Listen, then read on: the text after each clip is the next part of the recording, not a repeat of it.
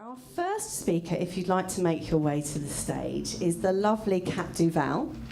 She is the founder of 9 Lives Yoga, and she has hosted and toured all over Europe and Scandinavia, hosting yoga raves for 500 plus people. Yoga raves. And she's worked with clients such as Google, the NHS, and our very own Higgity Pies. Yay, love a Higgity Pie. She works with clients to cut straight to the heart of what drives them. She helps people to live passionately, playfully, and fearlessly with an open heart, a free mind, and a strong and flexible body. She also teaches people to collaborate, so partner yoga. Always a bit scared of partner yoga, but there's probably a reason for that, isn't there? Maybe I'm blocked. Sorry? I'm British, yes, I am. And her speech is called The 4 Pillars of Happiness in the Workplace. Please welcome to the stage the gorgeous Kat Duval.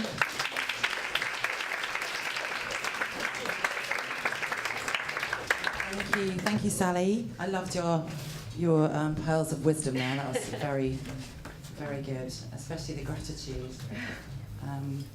So hello everyone, thanks so much for having me. I don't know if it's better to go first or last. I know the butterflies are having a field day in there. So who is a yes person? Put your hand high. Okay, great. Who's a no person? No, I'm not putting my hand up. Not just because she's asking me to. Okay, who gets up in the morning excited to go to work? Okay. Okay, so leave your hand up if you're an entrepreneur. So who wakes up in the morning not excited to go to work but is an entrepreneur? All entrepreneurs, put your hand in the air. Well, I'm not excited at the moment. So who is walking around feeling actually that you have this underlying unspoken stress that you walk around with daily that you don't really want to talk about or trouble other people with, that it's just part of being an adult? Who feels that? Yeah, I'm definitely going to put my hand high in the sky for that one. And especially working as a yoga teacher, the pressure to be serene and sort of floating around in my orange dhoti at all times is immense, especially in there, you know. So, yeah, I think it may sound like a relatively uninspiring title to be thinking about in the workplace, stress in the workplace. But actually, and it's such a hot topic right now, it really is about translating this. It's how we are in our lives and how that just so happens to also apply to the workplace. And so with these 4 pillars, I really just invite you to just kind of be curious around how this applies to you.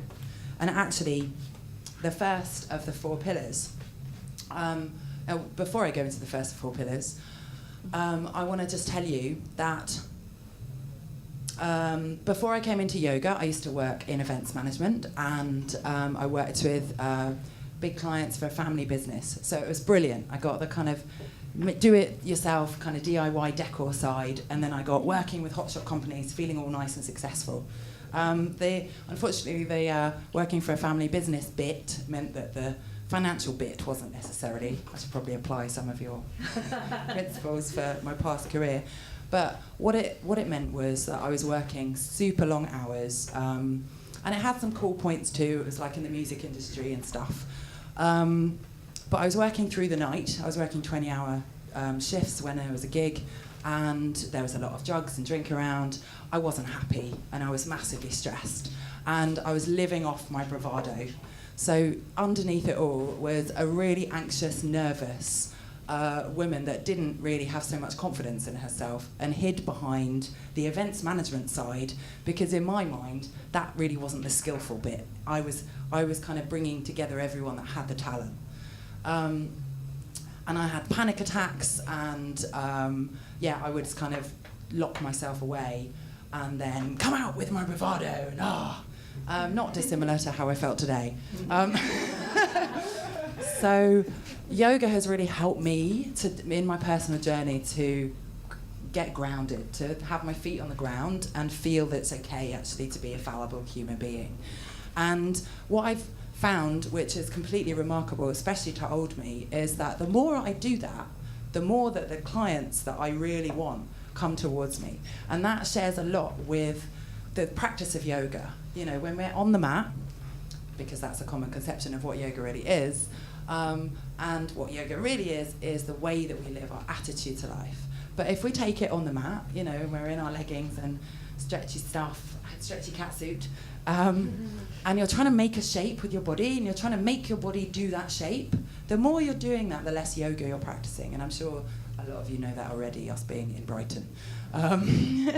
So the irony of yoga is that the more we just relax and sink into what is happening and how we are, and the more that we tune into receiving what that is and accepting that and loving that, the deeper our stretch goes, the more actually our body ends up doing the pose that we want to be doing.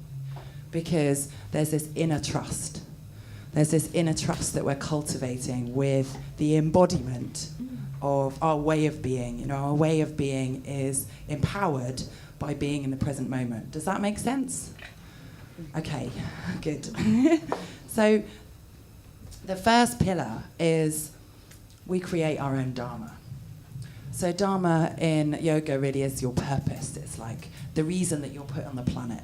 It's the thing that we think that we should know when we're 12 years old and applying for which GCSEs we're going to do. That most of us have no idea on, and a few lucky people do. And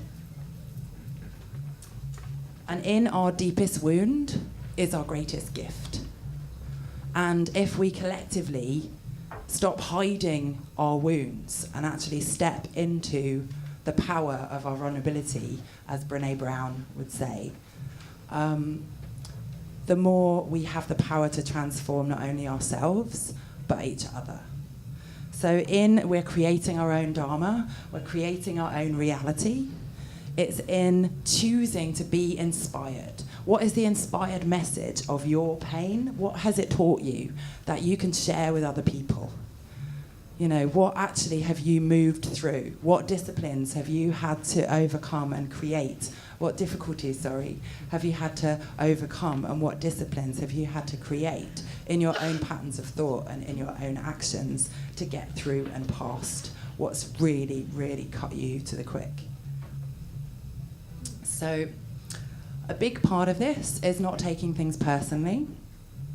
As an Acroyoga teacher, when I first came to the practice, and in fact for a number of years after I'd come to the practice, it was loads of people doing acrobatics. Acroyoga is the combination of yoga, acrobatics and Thai massage. You see, if you look it up on YouTube, maybe after the talk, hopefully, then you'll see people doing incredible things with their bodies and doing handstands. Like I would be standing like this, holding somebody in my hands that's doing a handstand. Like this. Wow. And we get up into a 2 high, they climb on my shoulders, and we go 1, 2, 3. And I'm expected to hold that human being and make sure they don't die. No pressure then, right? So when I was looking at people that were doing amazing acrobatics, for the first couple of years, I did not dare go near them. I was absolutely petrified that they would find out that I'm not as good as them and that I'm not really worthy of learning because, oh my God, they are so incredible and superhuman. And then one day I decided, it was so debilitating to kind of have that, that I stopped myself engaging with what I really loved. And it broke my heart, actually. And there was one time I left an Acroyoga jam and I just cried my way home. And I decided that day, I'm not going to put myself in that position. This is my own thoughts that's creating that reality for myself. So I went back to the jam the following week and I decided that I would be inspired and inquisitive with all the people that were better than me. And so I went and I spotted. So in acrobatics, you've got the base, and then you've got the flyer, and then you've got the lifesaver, basically, the spotter. And I went and spotted. Can I spot you? Can I spot you? Can I spot you? And sooner or later, well, in fact, immediately, they were teaching me some of their skills, and I found I was upskilling like a ninja. Like I found myself to be doing some really high skill stuff and feeling the positive reinforcement from them, encouraging me doing that and, you know, complimenting me on my strength. And it was the most empowering thing. So that's the first pillar, is we create our own Dharma, and we decide. We can't decide what happens to us, but we decide how we respond. And if we choose to be curious and we choose inspiring action every day, a little bit and often, then we can create amazing things. I may have slightly dipped into the second pillar.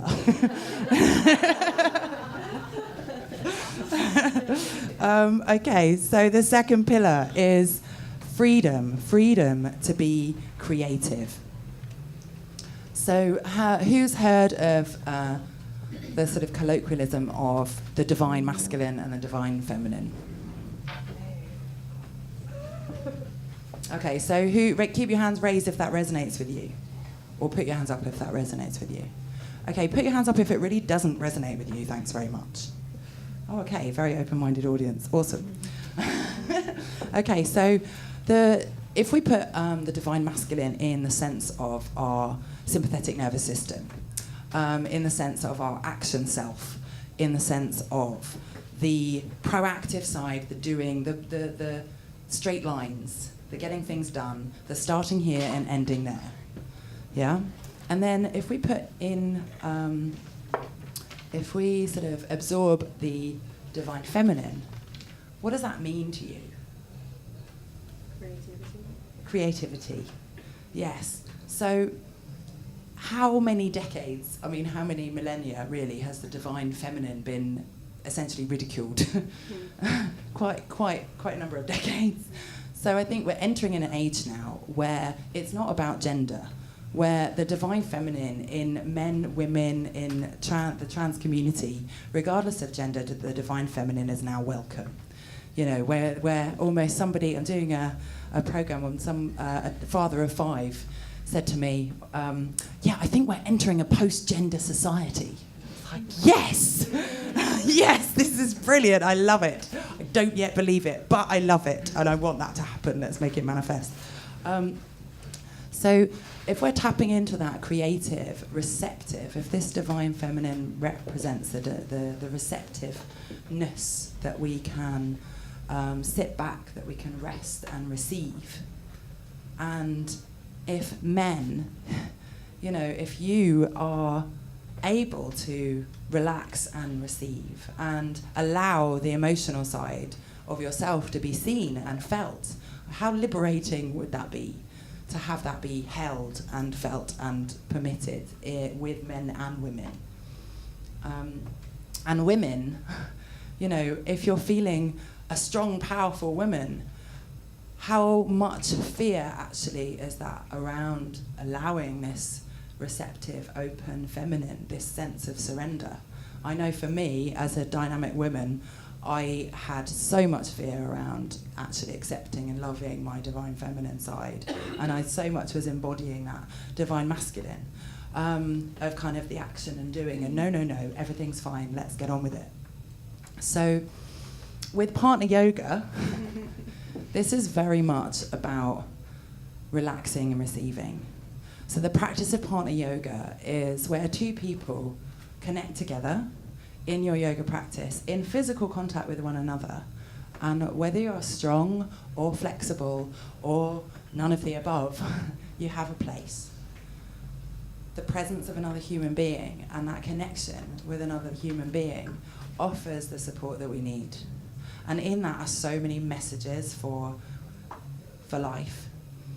So in just being present with each other, so often we just provide, that's all the answer that is needed. Just being present with one another. So can I just invite you to, for 30 seconds, turn to the person next to you and tell them one thing that you appreciate about them.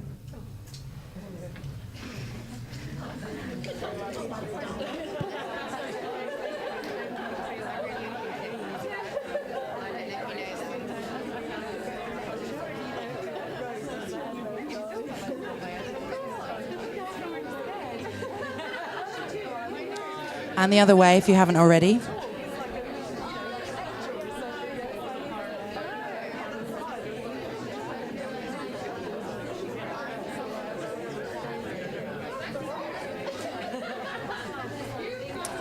Okay, can I just bring it in? Have you had a chance to do that? Have you had a chance? So can I have one hand in the air for somebody that is up for sharing what you just heard? Just one person that's up for sharing. Anyone? I'm sitting next to my mum. And she said that I'm very sunny. And that's it. I'm not allowed to say it. I'm not allowed to say the one that I said that. Nice, sunny. You seem really sunny. Sunny, definitely in the face. I love it. So who feels better now? Okay, that brings me to the third pillar, connection. So having connection together is really what the reason for success. So whether it's success in our personal lives, our professional lives, our relationships, our family, where would we be without each other? We have this illusion in the West of complete independence. You know, I must be self-sufficient. I must be completely unreliant on, you know, once I move out of home, I must be totally self-reliant, and, you know, any kind of dependency is frowned upon. It's a complete illusion. Who do you think, you know, made your phone? Who provided the electricity? You know, who brewed the beer that you're drinking? You know, it's like all of us have this illusion of separateness, when actually the only reason that we can live is the interdependence. And so let us break down this idea of codependency and dependency being the only options when it comes to dependence. Actually, this interdependence of, I will allow you to support me in your strengths where I am weak. And I will actually have enough self-esteem and self-confidence to admit that I'm weak in that area. And actually, you're better than me in that area. That's great. Step up, shine. I want you to shine. You know? And in me wanting you to shine, you're highly likely to want me to shine. You're highly likely to support me and encourage me, you know, and so are you and you. And so if I'm helping you in your weakness, in your vulnerabilities, and I'm stepping forward in a non-judgmental way to help you, one hand to help you and one hand to help myself, how much of a richer society would we be? At work as well as at home. Okay, so I've got a limited number of minutes.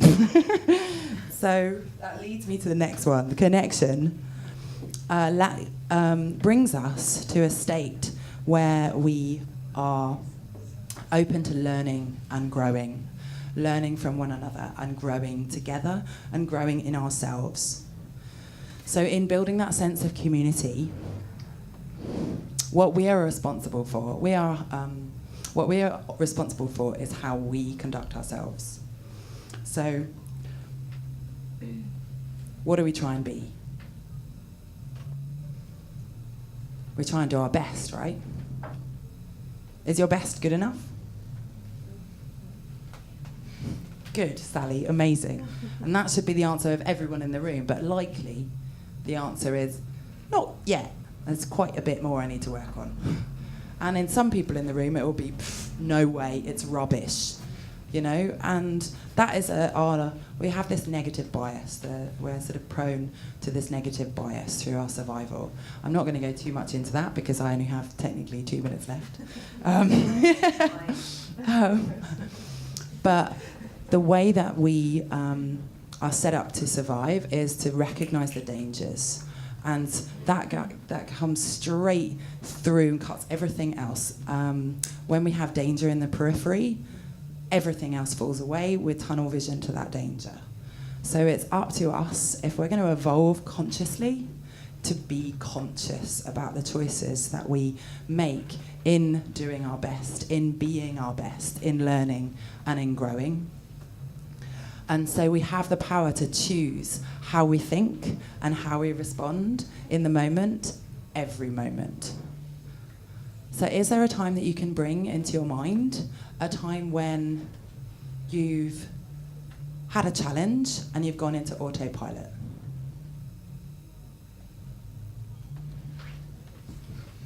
So that is the moment where you can exercise neuroplasticity, where you can actually change the wiring of your brain in choosing to respond differently.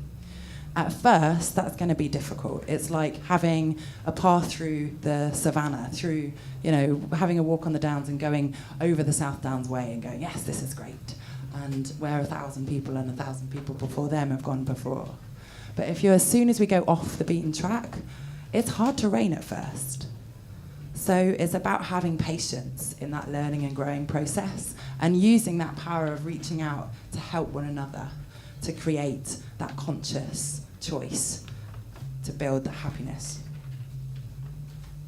And the last pillar is integrity.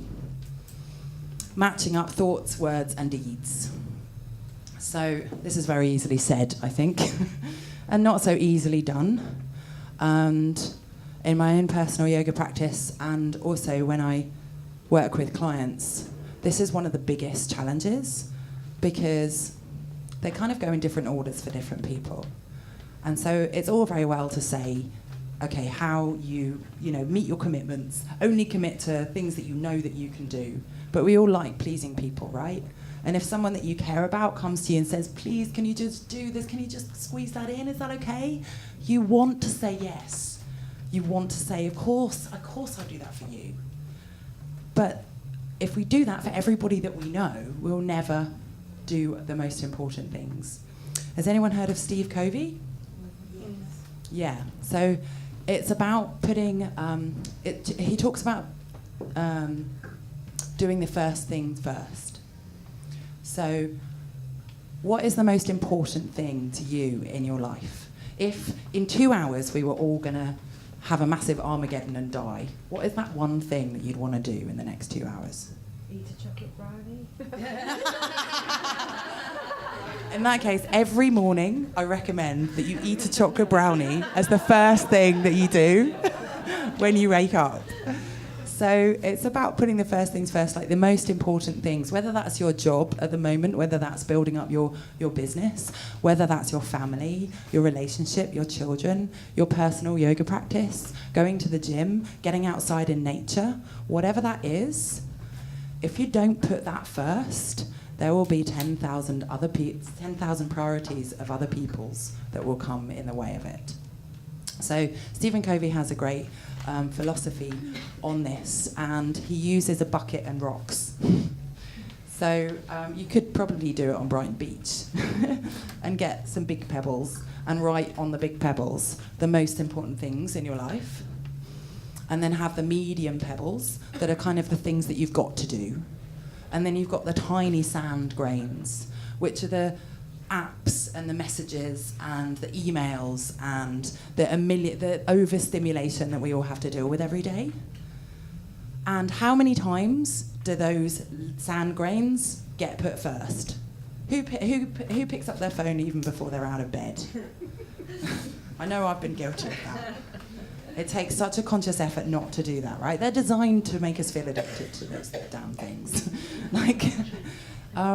So try putting your most important rocks in the bucket first, and then the must-dos.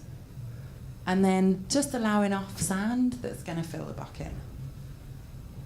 Because imagine if you did it the other way around and you fill your bucket full of sand, and all the important relationships and the important future vision for tomorrow got forgotten, and how heartbreaking that would be. So just to finish, I invite you to put your feet on the ground and sit so your spine is nice and tall in your seat, and close your eyes and feel your breath. So with your eyes closed, just tune into your breath.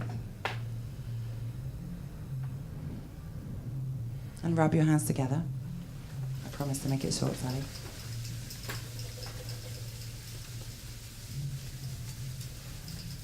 So rub your hands together like you're trying to be the rain orchestra. Yes, amazing. And then bring your hands just a centimetre apart with your eyes closed. And as you inhale, create a ball in front of you, widen your fingers enough.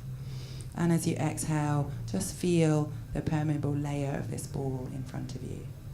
So as you inhale, let it expand. And as you exhale, let it contract enough just to feel that ball. And what is the most important thing to you? If being alive presented infinite possibility, if there was no limitation, what can you put in that ball right now?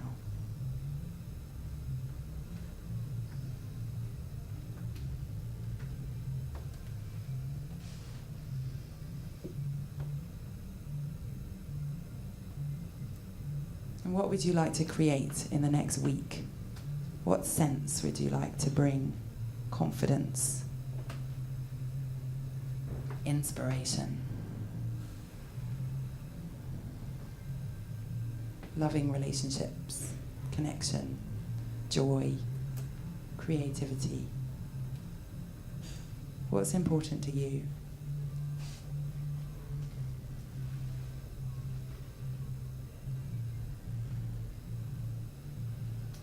And who is important? Who do you want to give love to right now?